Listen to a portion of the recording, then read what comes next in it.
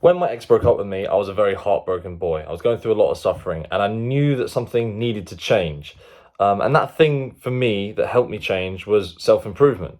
I was at a flotation tank centre to try and relax for my mum's birthday, and just by chance, I happened to see on the shelf this book, Tools of Titans by Tim Ferriss. Just so happened to be the absolute best book to start self improvement.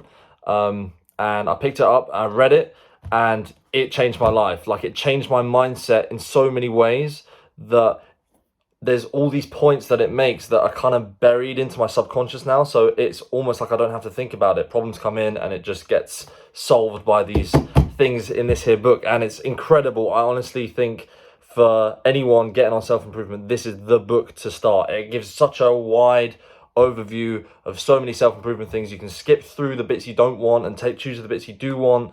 I'll just read the blurb for you quickly. It says, over the last 2 years, #1 New York Times best-selling author Tim Ferriss has collected the routines and tools of the world-class performers around the globe.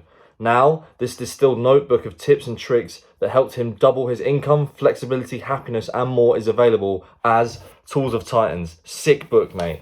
So I'm going to read to you some of the bits that I found most helpful in the book that genuinely changed my life and my mindset for thinking. I'm going to do it in chronological order as well, from the front of the book to the back. So the first thing is create yourself instead of seeking to discover yourself. That's a quote from Tim Ferriss at the start of the book. This is really handy, especially if you're just starting out, because I feel like the common advice is like, oh yeah, go and find yourself, you know, when actually that isn't really the case, because that assumes that the thing is already there and you have to sort of uncover it. It is more of a creation process, trial and error, like failing, like to do things, you know. It's really important. You don't succeed because you have no weaknesses. You succeed because you find the unique strengths and focus on developing habits around them. That's also from Tim Ferriss, which I kind of needed to hear, because at the time, and still to a degree now, I feel like, say for example, you're playing video games and you're shit at video games and you're like, oh, I should be, you know, better at this. You know, am I just like not good at things? And you can beat yourself up a bit, but having that in the back of your mind, being like, I don't need to be good at everything to be successful. I can actually be bad at most things. But it's just those select few things that you need to work on and be consistent with, which will bring you to your goals and, you know, bring you satisfaction. He throws his left arm over the person's shoulder, putting his head to the right of theirs. He just wants to hug heart to heart with everyone, literally heart to heart. Wim Hof. That's just like a little thing there, but it just goes to show that there's like a correct way to do everything. So if I now want to give someone a sincere hug, I know the correct way to do it. If you want to go left arm over, right arm under, heart to heart, like just things like that. I didn't know there was a right way to hug, you know, but apparently there is. If you are depressed, you're living in the past. If you're anxious, you're living in the future. If you're at peace, you're living in the present. From Lao Tzu, page 104. That was, this was, when I first read this, and the reason I wrote that down is because this was my, like, introduction to spirituality, because obviously I was going through a hard time, and self-improvement and spirituality do come hand in hand. So that sort of thing was, like, although, you know, seems very, you know, obvious to me now, 4 years down the line now, to hear something put like that, to understand why the present is important, it was life-changing. Like, you know, it confirmed my intuition that I did need to get into spirituality more. I mean, this book does not leave anything out as well. I mean, they have like a section on like acid doses and how much you should take for whatever you wanted to work on. So like from 100 to 400 micrograms plus. I just thought it was like, it's really good that they're not like, oh yeah, no, you have to do these things and we're going to exclude these other things that, you know, are a bit more controversial. And it's like, no, if this helps you, it's going in the book, you know, and if you don't want to read it, then just don't, you know, like just take the bits you want. So many people, when they have a big experience, want to share it. And sometimes the response they get isn't always supportive. That alters the healing they just received. Hold the Gold by Dan Eagle. That for me was really important because, you know, sometimes you can get excited and like if you go to the wrong person with that excitement, they might just, you know, they might be having a bad day or have their own stuff in their own life or be jealous or whatever that is, and they might not know how to reciprocate, and then that can, you know, feel like your accomplishment is a bit diminished. So yeah, that taught me to, you know, pick the people that you want to celebrate with very selectively, if at all, you know. No matter how shitty your day is, no matter how catastrophic it might be, but become, you can make your bed. And that gives you the feeling, at least it gives me the feeling, that even in a disastrous day that I've held onto a cliff ledge by a fingernail and I haven't fallen off, there's at least one thing I've controlled. There is something that has maintained one hand on the driver's wheel of life. That's by Tim Ferriss as well. Yeah, that along with something Jordan Peterson said about like how can you think of yourself as this powerful individual that can accomplish all these things and run a company, etc., etc. If you can't even tidy your own room, you can't even make your own bed. You know, those two things hand in hand made me think, shit. You know, like at least make your bed. At least that is a good starting point. Then go out and conquer yourself first and then the world, you know. These things are very important. Start with the basics. Dealing with temporary frustration of not making progress is an integral part of the path towards excellence. Achieving the extraordinary is not a linear process. If you're not encountering defeat on a fairly regular basis, you're not trying hard enough. Coach Summer. Yeah, that again goes hand in hand with another quote, which is like, if you want to succeed, double your rate of failure. It's just the whole thing of like, become comfortable with failure, try things, and if it doesn't work, that is the process. It isn't the process failing. What would you have done differently if you'd known X? I never ever play that game because you didn't know X. That's by Mark Andreessen.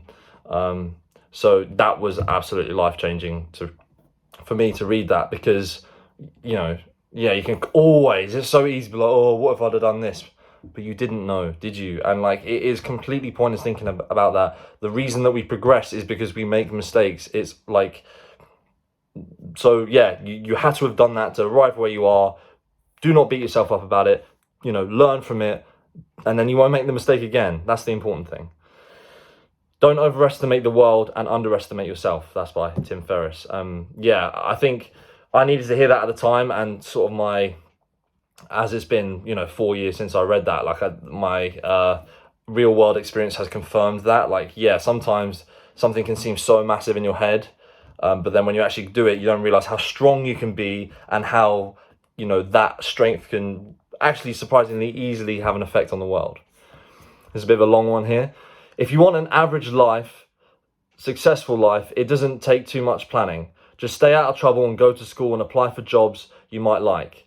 If you want something extraordinary, you have two paths. One, become the best at one specific thing to become very good, top 25% at two. Oh, sorry, I've written this wrong here. Become very good at one specific thing, or become very good, at least in the top 25% aisle, at two or more things. The first strategy is very difficult, to the point of impossibility, as few people ever play in the NBA or make a platinum album. I don't recommend anyone even try. The second strategy is fairly easy. Everyone at least has a few areas in which they could be in the top 25%. With some effort, in my case, I can draw better than most people, and I'm hardly an artist.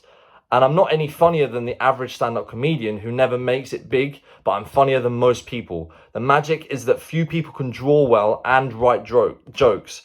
It's a combination of the two that makes what I do so rare. When you add in my business background, suddenly I had a topic that few cartoonists could hope to understand without living it. So that is from Scott Adams, the cartoonist that made the what's the name of it? The Pilkington. I can't remember the name of the cartoon, but it's like my dad used to read it on emails. That is class. Like, the reason I would include it and it being so long, and I've kind of written it out wrong and struggled to read it, but the reason that's so important because yeah, his point is absolutely right. Like, you know, you to be the best at one thing is you know, you have to basically be that thing. You have to live that thing. Whereas it's much easier to just be in the top 25% for two things and just, you know, be creative with your combination of it, and yeah, just play to many of your strengths, you know, in a creative way. I feel like if, you know, if I'm going to be successful at something, I feel like I'm quite a multifaceted person. I'd much rather be good at multiple skills than excellent at one. So for me, that was really helpful. Like, I needed to hear that, and yeah, I think if I do become successful, it will be with that rule that he just outlined there. When you complain, nobody wants to help you. And guess who said that? Stephen Hawking. Like, crazy. Like, this, he was so switched on. He wasn't just smart academically. He was super switched on in many ways, but from what I've seen, and it just, that puts your whinging in check, doesn't it? That really puts your whinging in check. Don't whinge, man. If Stephen Hawking is saying that, yeah, that was super inspiring for me. Be lesser, do more. Benjamin Franklin. I think that pretty much speaks for itself there. Life should not be a journey to the grace with the intention of arriving safely in a pretty and well-preserved body, but rather to skid in broadside in a cloud of smoke, thoroughly used up, totally worn out, and loudly proclaiming, "Wow, what a ride." Hunter S. Thompson. I mean, he's a crazy guy. And sometimes, you know, if things go wrong, particularly I think in that instance, like if you have like a bodily injury or like, you know, something just goes wrong, you have to be like, I'm just on this crazy roller coaster of life. This crazy thing has happened, but let's just, like, you know, get on with it. Like, you know, rather than constantly trying to avoid every single bump in the road. Like, it's like that inspires that. I see that crazy spirit in him, and I back that. The faster you move, the slower time passes, the longer you live. I mean, that's sick, man. Like, Peter Diamond. Yeah, life is not short. You just don't do enough shit. I think to Logan Paul when of that, because he used to do his like year reviews, and he used to do so much in a year, like crazy stuff. This is a few years ago now, but I was thinking, like, how did he lived more of a life than even I have or most people have in 1 year. Like, life's not short, man. You just got to do more stuff. If you stay in a job for like 25 years, you're like, oh, where did all the time go? Well, yeah, because you didn't do anything other than that. There's nothing for your brain to distinguish between 1 year and another year. It all just blends into one, you know? The second you start doing it for an audience, you've lost the long game, because creating something that is rewarding and sustainable over the long run requires, most of all, keeping yourself excited about it, by Maria Popova. I kept that in mind when making this channel. I was like, and because I had that in my mind when I was working on my old channel, Zos. But like, I was kind of like, oh, I do need to cater to the audience a bit if I want them to like me. And I had this in my head, and I know this is wrong, and I didn't enjoy it. And then eventually I just gave up, really. But making this channel, I was like, I'm going to make this enjoyable for me. And that's why I'm happy to like record every 2 days. That's what I'm trying to do. Because I'm happy to do that because, yeah, like, I enjoy it, and I'm keeping it enjoyable for myself. I'm talking about things I'm interested in. You know, if you guys like it, then calm. But like, and I will wait eventually, you know, if there's more interest, and make the videos better. But like, I'll never lose sight of the fact that I need to enjoy it. It has to interest me, you know. Next on this list, I am an old man and have known men. I'll start again. I am an old man and have known great many trouble. I will start again. I'm not getting this wrong.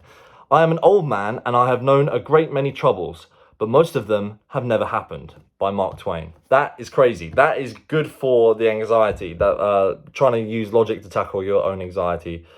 You're like, yeah, most of the shit I've worried about didn't happen. Like, so if you're worrying and you remember this, then you're like, this probably ain't gonna happen.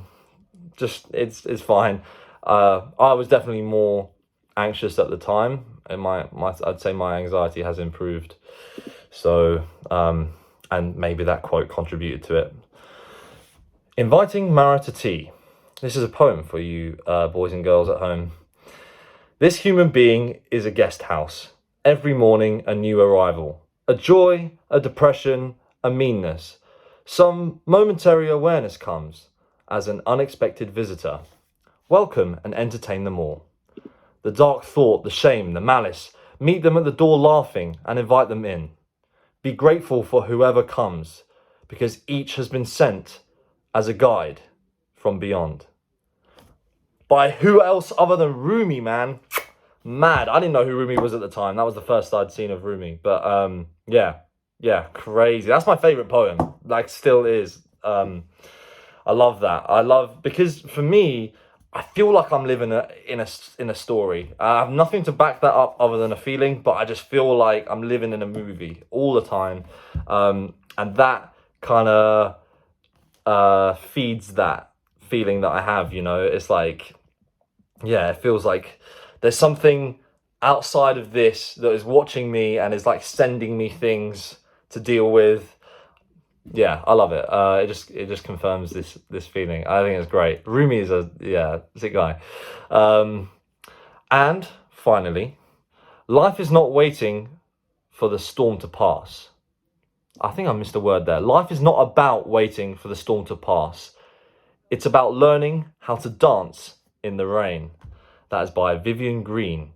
And that just confirms that it's not the problem that needs to go away for you to be happy, but it's your mind that needs to be happy despite the problem, which is definitely something I'm working with now. Sometimes, you know, there's problems you can't fix. You know, there's things you can't change in the external, and it's not the solution to that isn't to try and, you know, grab reality by the throat and bend it to your will, but it's about changing yourself and changing the resistance you have to the problem. And I think that's excellent.